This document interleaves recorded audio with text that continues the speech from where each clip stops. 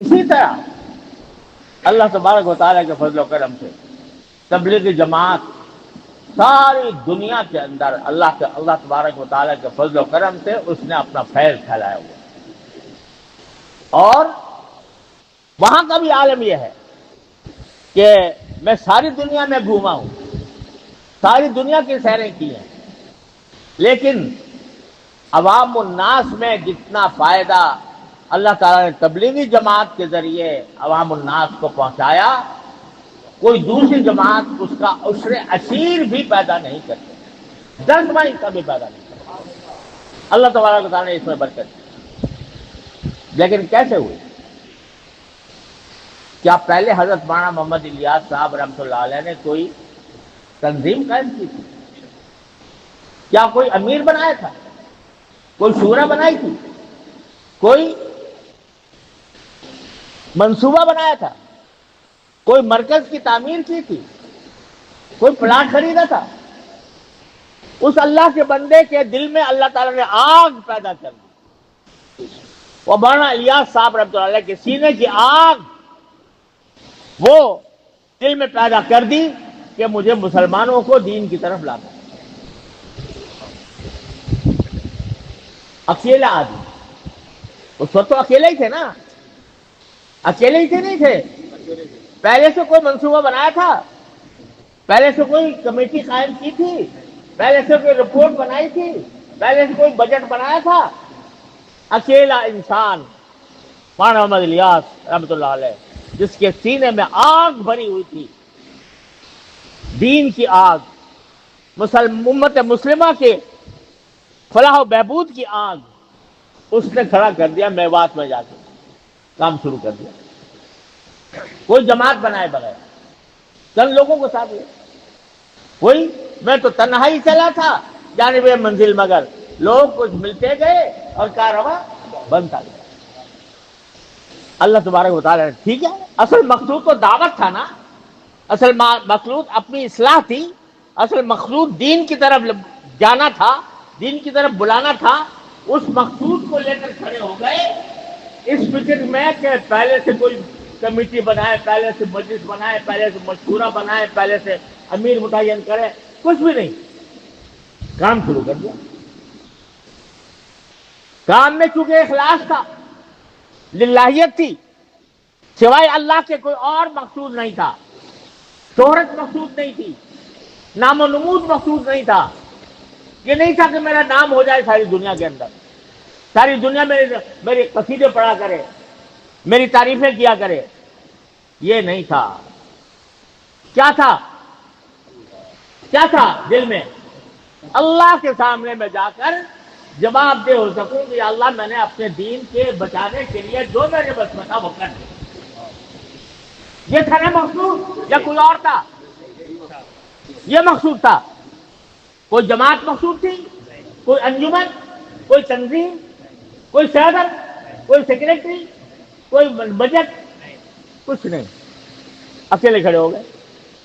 لیکن عملاً ہوتا یہ ہے کہ بعد میں امیر بھی بنا دیا جاتا ہے، تو سیکریٹری بھی ہو جاتے ہیں، شورا بھی بن جاتی ہے، ٹھیک ہے، لیکن وہ مقصود نہیں، یہ تنظیم مقصود نہیں ہے۔ جیسے میں نے آپ کو بتایا کہ صحابہ کرام کو جمع کر لیا رسول کریم صلی اللہ علیہ وسلم نے، کوئی تنظیم قائم نہیں فرمائی۔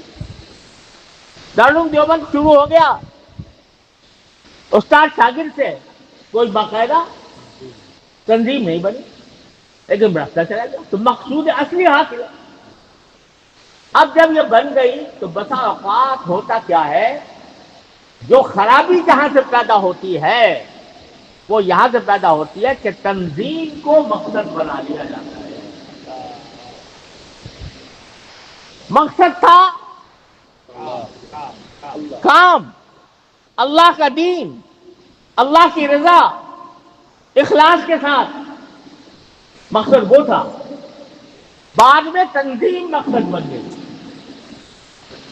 جو میری تنظیم میں ہے وہ میرا ہے، جو میری تنظیم سے باہر ہے وہ میرا نہیں ہے، یہ فتنہ پیدا ہو گیا۔ اور افسوس سے کہنا پڑتا ہے کہ اس فتنے نے مسلمان کو لڑا دیا، قتل و غارت گری تک نوبت پہنچی، مار پیٹ تک نوبت آ گئی۔ بنگلہ دیش میں جو واقعہ پیش آیا، خون کے آنسو انسان روتا ہے اس کو۔ وہ جماعت حضرت مولانا محمد الیاس صاحب رحمۃ اللہ علیہ اگر آج حیات ہوتے تو خون کے آنسو روتے اس واقعے کے اوپر جو پیش آیا۔ انہوں نے تو کوئی نہ ان کو امارت کی خواہش تھی، نہ ان کو شورا کی خواہش تھی، نہ ان کو کسی اور تنظیم کی خواہش تھی، وہ تو کام لے کر آئے۔ اگر تنظیمیں بٹ گئی، تنظیم بٹ گئی، بٹنے دو۔ اگر بٹ گئی ہے، ہم نے کوشش کی شروع میں کہ یہ بٹوارا نہ ہو، لیکن افسوس ہے کہ نہیں ہوتا، کام نہیں ہو گیا۔ تو اب بتاؤ تنظیم مقصود ہے یا کام مقصود ہے؟ ایک بات کہو مجھ سے، بتاؤ کام مقصود ہے۔ نعرہ تکبیر، نعرہ تکبیر۔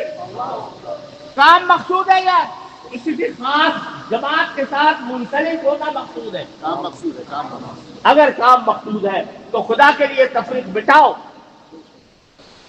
جو کوئی اللہ کا نام لے، جو کوئی اللہ کے دین کی طرف دعوت دے، اس کو خوش آمدید کہو، اس کو اپنا سمجھو، اس کے ساتھ محبت کا معاملہ کرو، اس کے ساتھ دشمنی مت رکھو۔ کیا اس بنا پر لڑو گے؟ حکم تو اقرا کا ہے نا بھائی، حکم کا ہے اقرا۔ کیا پڑھو؟ دین پڑھو۔ کوئی اگر فضائل اعمال پڑھتا ہے وہ پڑھے، کوئی منتخب احادیث پڑھتا ہے وہ پڑھے، وہ بھی اقرا یہ بھی اقرا۔ تو اگر تھوڑا سا طریقے میں فرق ہے اس کو گوارا کر لو، لیکن مسلمانوں کے درمیان تفریق وہ چیز ہے جس کو سرکار دو عالم صلی اللہ علیہ وسلم نے زندگی بھر کبھی گوارا نہیں۔ اگر کوئی شخص مجھ سے دین سیکھنا چاہتا ہے، مجھ سے، میں یہ چاہوں کہ یہ مجھ سے سیکھے، دوسرے سے کے بات نہیں جائے۔ میں یہ چاہوں کہ مولانا عارف بھائی، ان کے پاس 2-4 آدمی آتے ہیں دین سیکھنے کے لیے، میں کہتا ہوں دین کو یہاں سے تو میرے پاس آ، یہ بتاؤ اخلاص ہوگا یا ریاکاری ہوگی؟ اگر دین سیکھنے کے لیے ایک آدمی آ رہا ہے اور ایک جماعت کے ذریعے دین سیکھ رہا ہے تو اس سے کیوں دشمنی ہو آپ کو؟ اگر آپ کو ذریعہ ہوتا ہے تو وہ بھی آپ کا کام کر رہا ہے، وہ کر رہا ہے تو وہ بھی آپ کا کام کر رہا ہے۔ صحابہ کرام رضی اللہ تعالی عنہم اجمعین کے بارے میں حضرات تابعین فرماتے ہیں کہ بہت سے صحابہ کرام سے ہم جاتے تھے مسئلہ پوچھنے کے لیے، تو وہ کہتے تھے بھائی فلاں پاس وہ بڑا زیادہ بڑا عالم ہے، آپ اس سے پوچھیں۔ وہاں جاتے تھے تو وہ کہتے تھے فلاں بڑا عالم ہے، اس سے جا کے پوچھ لو۔ بعض اوقات گھوم پھر کے پھر پہلے آدمی کے پاس ہم آتے ہیں کہ جی وہ تو سب یہ کہہ رہے ہیں کہ آپ ہی بتائیں، تو پھر ان کو مسئلہ بتاتے۔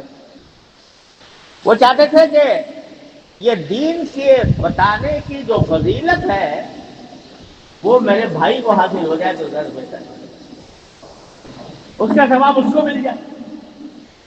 اس کے آج دنیا بن گئی ہے کریڈٹ کی، کریڈٹ لینا ہے، چہرہ کس کے سر بندے، کس کا نام لیا جائے کہ اس نے بہت بڑا کارنامہ انجام دے دیا۔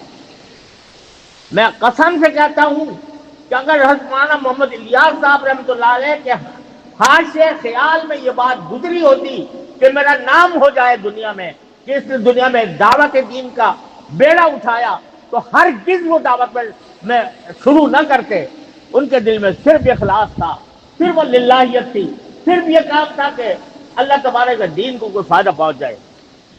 آج ہم اس فکر میں پڑ گئے کہ جو ہماری پسندیدہ تنظیم ہے اس میں آتا ہے وہ میرا ہے، دوسری تنظیم میں جاتا ہے وہ میرا نہیں ہے، وہ دشمن ہے میرا، وہ مخالف ہے، ضرورت پڑی تو لڑوں گا اس سے، ہاتھ پائی بھی کروں گا، لڑائی بھی کروں گا، اگر ضرورت پڑی قتل بھی کر دوں گا، اعوذ باللہ العلی العظیم۔